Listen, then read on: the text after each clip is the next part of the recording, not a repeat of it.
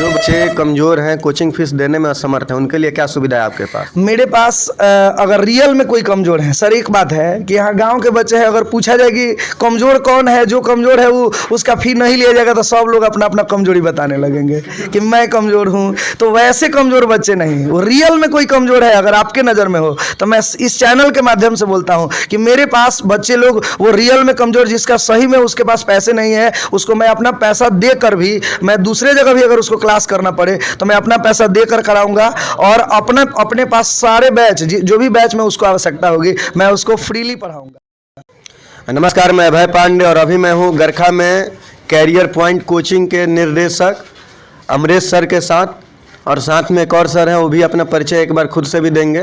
तो पहले हम अमरेश सर से बात करते हैं। अमरेश सर, क्या सोचकर गरखा में आपने कोचिंग का संचालन शुरू किया था?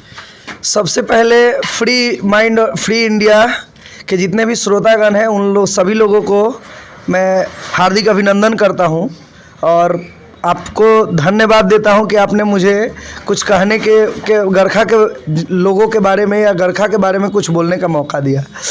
सबसे पहले गरखा में मेरा कोचिंग खोलने का उद्देश्य, मैं सबसे पहले 2014 में कोचिंग खोलने यहाँ आया था और मेरा एक उद्देश्य था, मैं यहाँ गरखा से ही पढ़ा हूँ और यहीं से आगे बढ़ा हूँ। मैं मेरा इंटरमीडिएट वगैरह यहीं से ही हुआ है। तो यहाँ पे मैंने देखा था कि यहाँ एकेडमिक लेवल पर इंटरमीडिएट के क्लासेज हैं, लेकिन यहाँ पे जॉब लेने के लिए, जॉब की तैयारी कराने के लिए यहाँ क्लासेज उस समय नहीं थे। तो जब मैं तैयारी करता था तो पहले तो सब लोगों का लक्ष्य होता है कि एक अच्छा अपना एक सेटलमेंट, एक जॉब पर्सन बनना। मैं भी उसी दौर में तैयारी करने के लिए गया, लेकिन देखा कि यहाँ का जो स्थिति है हमारे गाँव का, यह जॉब लेने के लिए जो बच्चे लोग, बहुत सारे ऐसे बच्चे हैं जो लोग यहाँ से पटना छपरा जाने में असक्षम है और उन लोग के भी मन में ये तमन्नाएं थी कि जॉब मैं लूँ, लेकिन यहाँ पे वो सुविधाएं नहीं थी। तो मैंने सोचा कि इन लोगों को मैं अपना जॉब के साथ, तैयारी करने के साथ, मैं जब वहाँ पे मेरा कोर्स कंप्लीट हुआ तो मैं सोचा कि मैं जॉब लेने के साथ मैं उन बच्चों को हेल्प करूँ जो बच्चे लोग यहाँ से बाहर नहीं जा सकते और उन लोगों का भी जॉब, मतलब जॉब लेने का जो इच्छा है वो पूरा हो सके। इस उद्देश्य से मैं गरखा में सब आकर यहाँ पे क्लास खोला और मैं अपनी तैयारी के साथ इन लोगों का तैयारी कराना शुरू किया। रहने वाले कहाँ के हैं? मैं तो कैतुका लच्छी सोनहो का रहने वाला हूँ, लेकिन पोजी में मैं रहता था, मेरे मामा का घर है, तो यहीं से मैं अपना यहाँ क्लास में चलाता था शुरू में। कैसा चल रहा है क्लास अभी?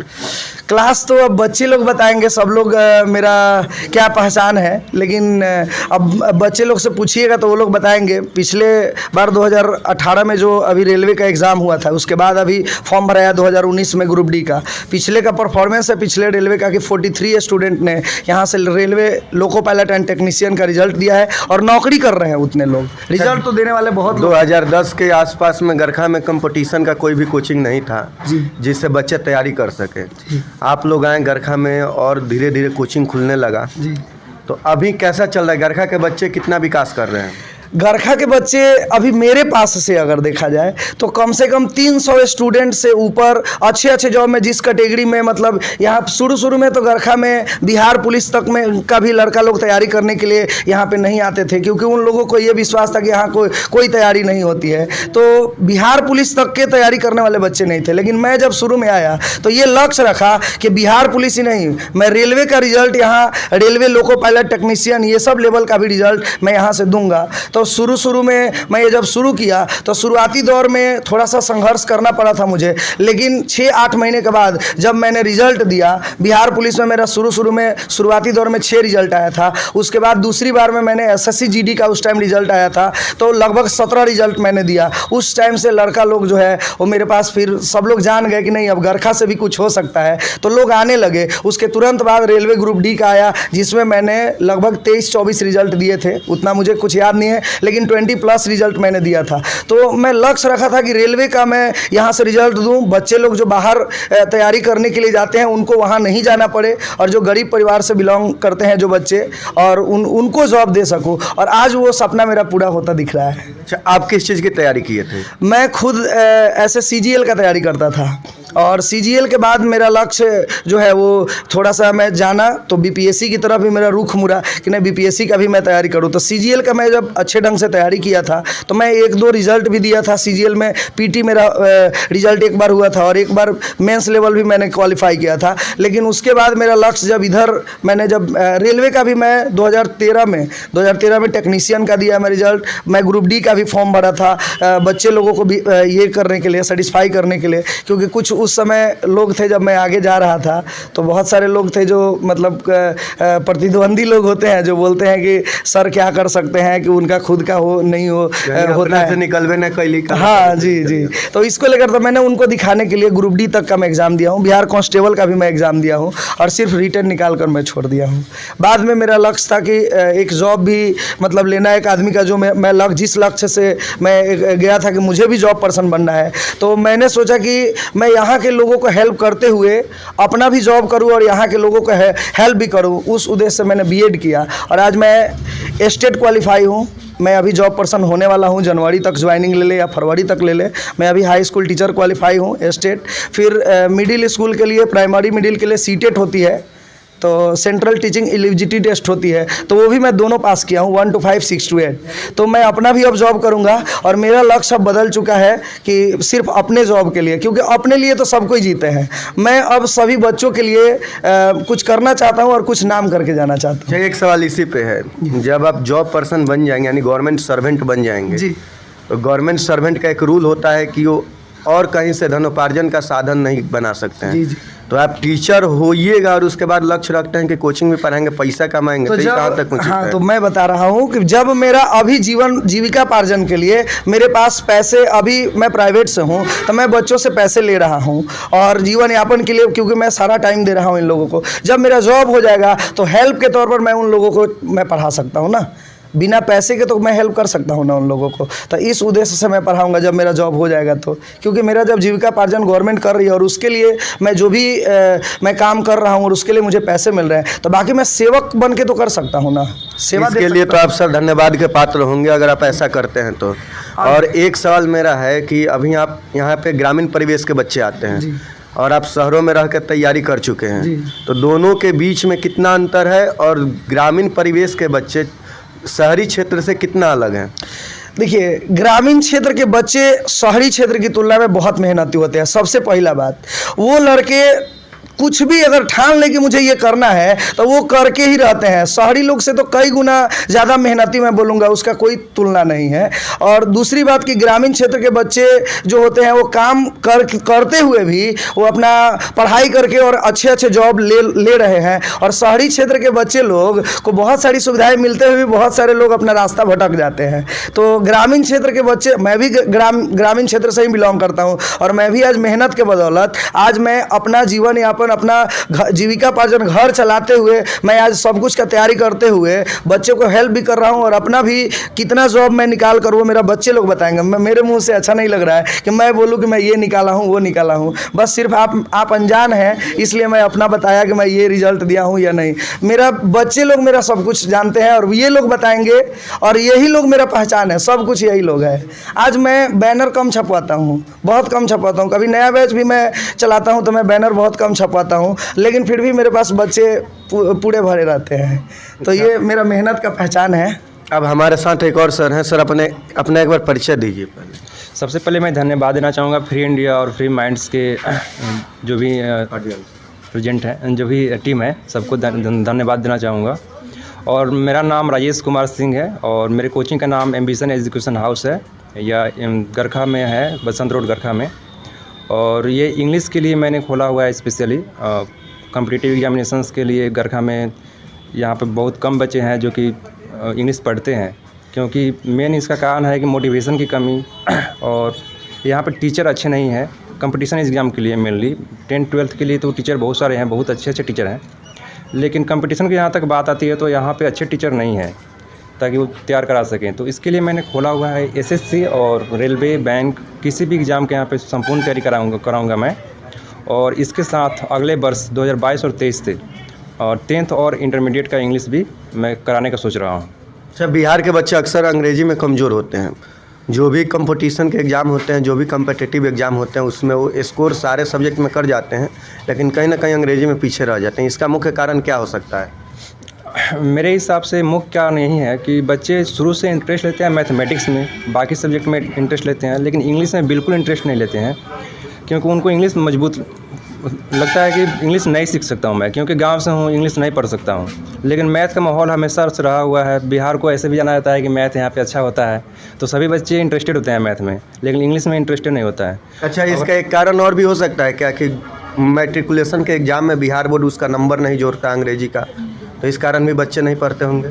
हाँ, ये भी एक रीज़न हो सकता है कि उसमें जोड़ा नहीं जाता है नंबर, लेकिन ये मेन मकसद नहीं है, क्योंकि बहुत सारे पेरेंट्स ऐसे भी हैं जो कि इंग्लिश मीडियम में अपने बच्चों को पढ़ा रहे हैं, लेकिन उन्हें पता होता है कि इंग्लिश आगे क्या वैल्यू रखता हुआ है, क्योंकि उसमें अच्छे पैसे लगते हैं प्राइवेट स्कूल में भेजने के लिए, सरकारी स्कूल में पैसे नहीं लगते हैं, तो वहाँ पे स्कूल इंग्लिश मीडियम में होता नहीं है, हिंदी मीडियम में होता है। तो ये भी कारण है कि अच्छे टीचर नहीं मिलते हैं इस स्कूल में, तो उनका इंग्लिश कमज़ोर होता है, मेन इंटरेस्ट नहीं जग पाता है बच्चों का। अगर किसी तरह से इंटरेस्ट बच्चों में जगा दिया जाए कि इंग्लिश भी एक सब्जेक्ट है, इससे भी किया जा सकता है, तो यहाँ के बच्चे इंग्लिश में अच्छा कर सकते हैं, जैसे मैथमेटिक्स में करते हैं या बाकी सब्जेक्ट में करते हैं। अच्छा अमृत सर, एक बात बताइए, अभी यूट्यूब चैनल पर एंड डिजिटल माध्यम से टीचिंग लाइन का एक बोल सकते हैं कि आंदोलन जैसा चल पा रहा है, मूवमेंट चल पा रहा है, तो इसको आप कैसा देखते हैं और कितना कारगर है?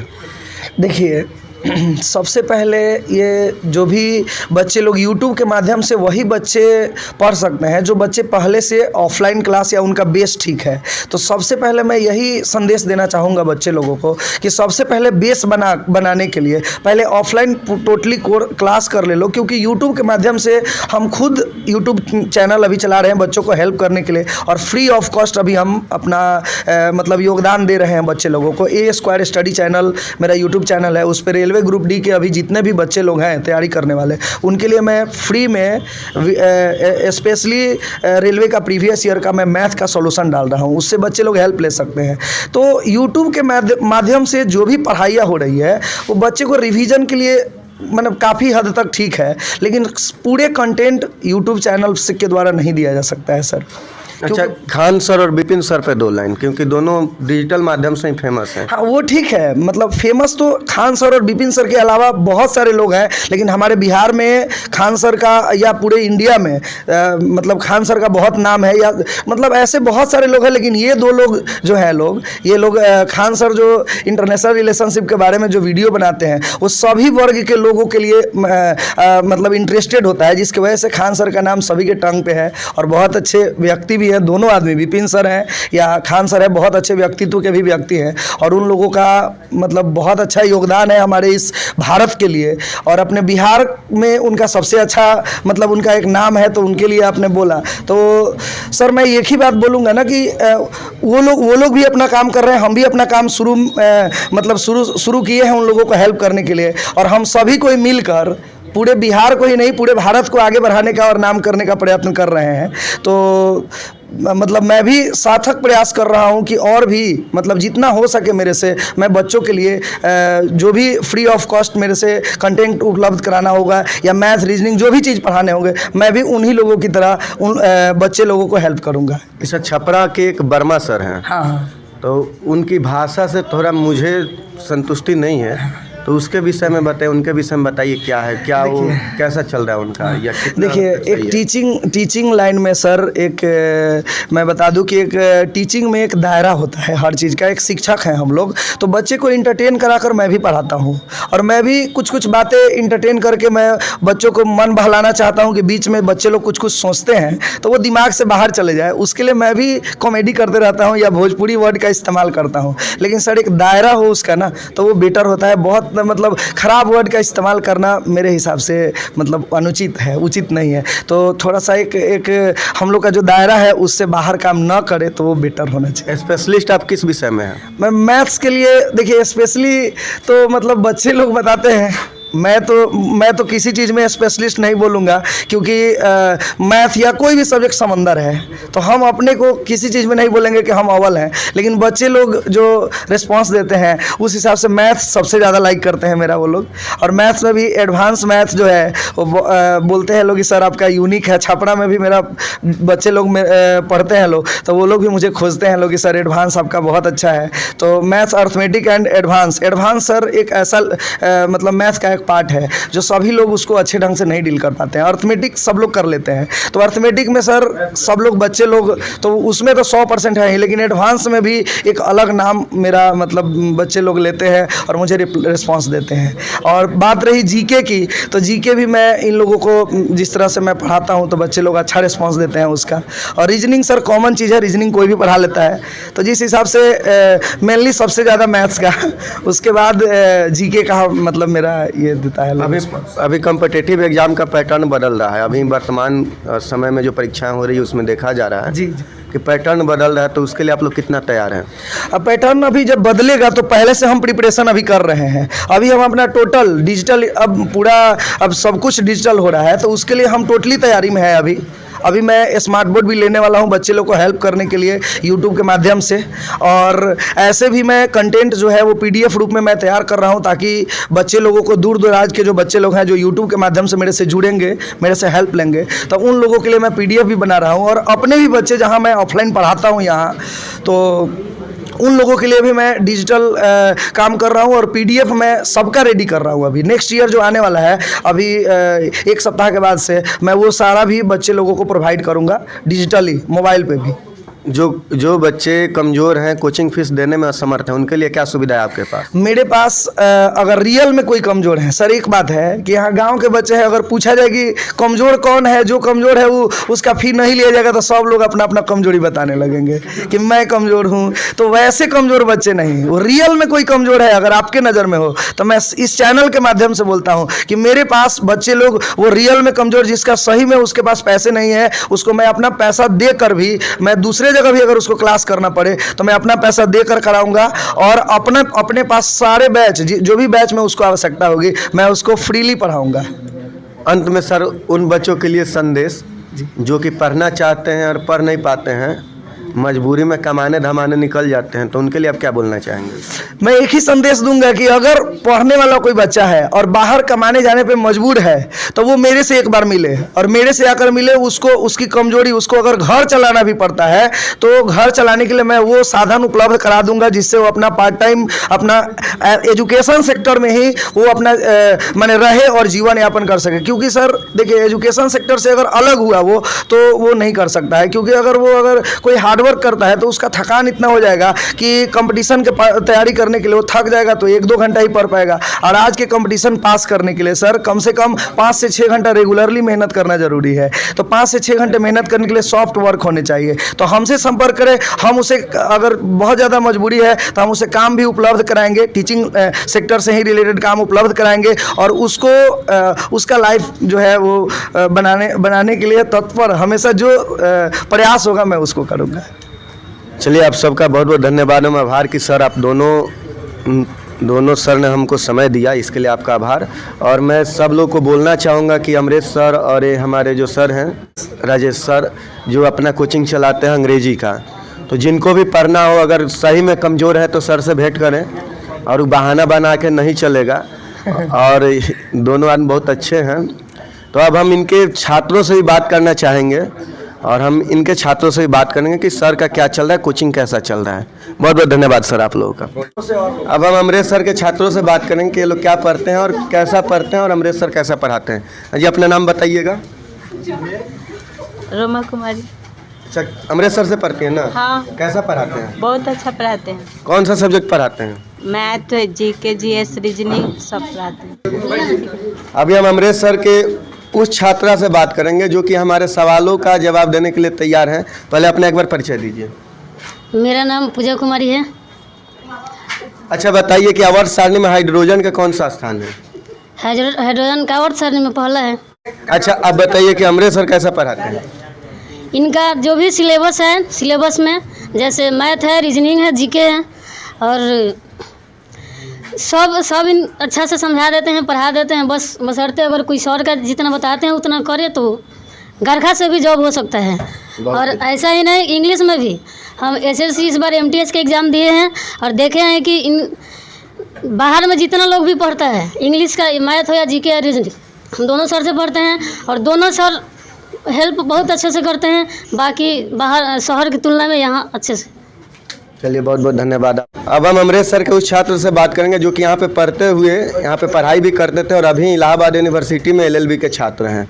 तो सौरभ जी बताइए कि सर कैसा पढ़ाते हैं? देखिए, पहले हम जब इंटरमीडिएट किए तो सब लोग में होड़ लगा था कि जनरल कंपटीशन की ओर जाएँ, जनरल कंपटीशन की ओर बढ़ें। तो हम भी सर के पास हैं, सर से हम पढ़े तो सर BPSC की तैयारी किए हुए हैं, BPSC में रिजल्ट PT वगैरह में दिए हुए हैं। तो हमको इनसे प्रेरणा मिला कि हम BPSC की तरफ पढ़ें। और हम आपको पहले बता चुके हैं कि हिस्ट्री और पॉलिटिकल साइंस मेरा फेवरेट सब्जेक्ट रहा है। तो यहाँ जब हम पढ़े पॉलिटिकल साइंस और हिस्ट्री, तो इतना आप लोग को बता दें कि हम वहाँ पे इलाहाबाद यूनिवर्सिटी में इसका जो एंट्रेंस एग्ज़ाम था पहली बार दिया और पहली बार में मेरा 300 में 220 नंबर आया। और उसमें अधिक क्वेश्चन हिस्ट्री और पॉलिटिकल साइंस से थे। तो हम सब क्वेश्चन किए, तो उसके पीछे सर का ही हाथ था और सर का पढ़ाया मेरे लिए काम आया। SSC GD हुआ, जनरल कंपटीशन की बात हुई तो SSC GD हुआ, बिहार पुलिस हुआ और RPF, ये 3 रिजल्ट हम दे चुके हैं। और अच्छा, इलाहाबाद यूनिवर्सिटी भारत का ऑक्सफोर्ड बोला जाता है इलाहाबाद यूनिवर्सिटी को। तो उसके एंट्रेंस टेस्ट आसान नहीं होते हैं सबके लिए, क्योंकि बहुत सारे छात्र उसमें फेल होते हैं। तो सौरभ जी, आप जब उसका एग्ज़ाम दिए थे तो क्या सोचकर उस एग्ज़ाम में गए थे? देखिए, जब हम एग्ज़ाम का फॉर्म हम डाले और हमारा पहले से ही लॉ करने का जो लक्ष्य था वो था, तो हम सर से मिले। तो सर उसका जो सिलेबस था हम सर को दिखाएं, तो सर ने हमको बताया कि ठीक है, इसका हम पीछे से सभी जो क्लास करते हैं। उसके अलावा सर ने हमको बहुत कुछ उसमें जानकारी दी, कुछ बुक प्रोवाइड कराए जिसके अनुसार हम उसमें पढ़े। और इंटरेस्ट में हमको कोई दिक्कत ऐसा नहीं लगा कि कोई अलग हम जनरल कंपटीशन का एग्ज़ाम दे रहे हैं। भले वो राजनीति शास्त्र से, लॉ से भी क्वेश्चन उसमें पूछा गया था। तो सर के बताए गए बुक के अनुसार हम पढ़ के गए थे। और सर ने जो बताया, राजनीति शास्त्र और हिस्ट्री सर का इतना अच्छा है कि हमको नहीं लगता कि कोई यहाँ पे बाहर भी जाके इतना अच्छा पढ़ पाएगा। चलिए, आप सबका बहुत बहुत धन्यवाद एवं आभार कि आप सबने समय दिया, और विशेष करके अमरेश सर का और राजेश सर का बहुत बहुत आभार, धन्यवाद।